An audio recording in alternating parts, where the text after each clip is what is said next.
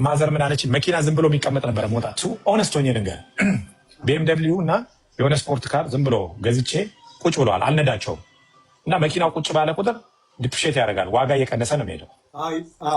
ከዛ ኤክስ7 ማለት ነው እና ዝም ብሎ ቁጭ ብሏል። ገራጅ ውስጥ ነው የተቀመጠው። ምንዳው ለስራ ቦታ ምናምን ፒክአፕ ምናምን ነው ብዙ ጊዜ የምጠቀመው እና ያ መኪና በየአመቱ ዝም ብሎ ስቆም ዋጋ እየቀነሰ ነው የሚሄደው። ከዛ ይሄ መኪና ከሚቀመጥ አልኩኝ ልሽጠው ምናምን ስል ማዘር ምን አለችኝ? ሰው ልትረዳበት ነው አይደል የምትሸጠው አለች።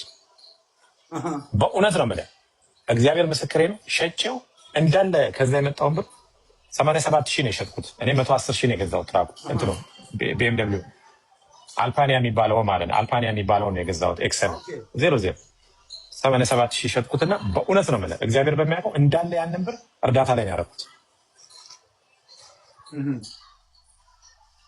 እንዳለ ማለት ነው።